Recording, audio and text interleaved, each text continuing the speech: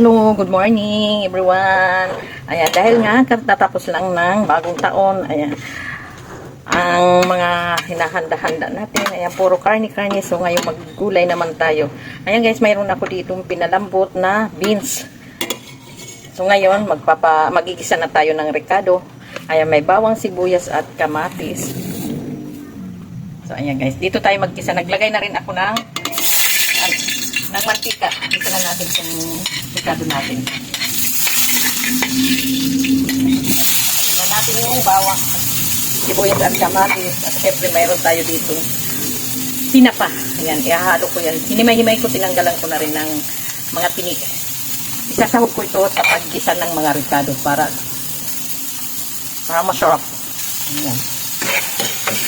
Parang iba naman, hindi yung puro karne-karne. At hindi ko isa ito.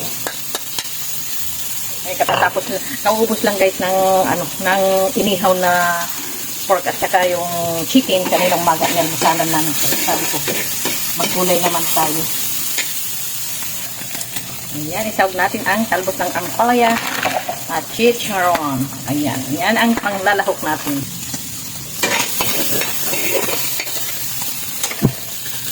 Tapos, lagay natin dito guys sa, sa beans.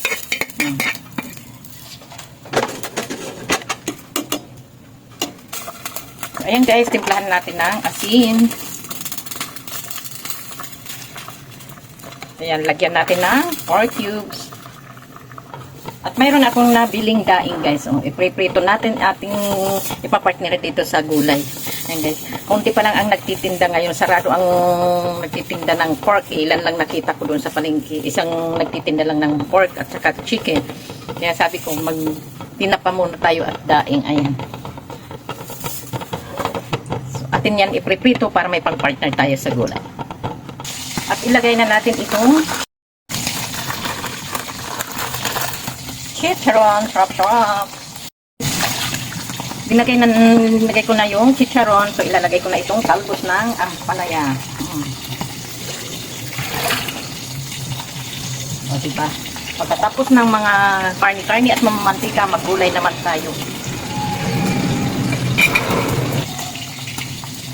Ayan guys. Luto na to. Tinikman ko na rin. Ayan, tama lang ang timpla. Ang lalaki ng tipak ng chicharon guys, buo-buo siya, hindi siya durog na diba? So, ayan. O, kayo ba, ano bang mga ulam nyo? Ay, maggulay naman tayo, huwag puro karne-karne.